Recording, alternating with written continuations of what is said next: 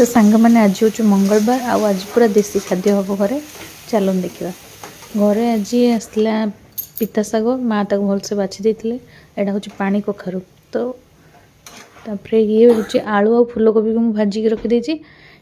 तार सब रेसिपी प्रथम कोबी तरकारी मसला कषिदेली तापर कोबी तरकारी करनेली आ जो पानी कखारु थिला ताकू मु हलदी लुण पकई सिझेदेली पानी कखारुटा आप बेसर आउ नड़िया देके कले बहुत ही भल लगे सेमती आज मुझे तो सिझेदेली सिझीगला काढ़ी पियाज भाजिकी से जीरा सोरिष पोस्त आ कंचा लंका को बाटिकी से मसला कषिकी देली तापर किसी नड़िया गोटे फाड़ कोड़े पकई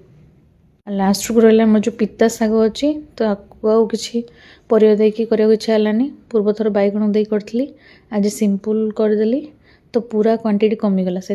भात पकई देकी करदेली आपण मैंने कमेंट जनातु कौ खाद्यटा आपको बेसी भल लगे और लास्ट को भात मुझे देखा गोटे नुआ वीडियो रे।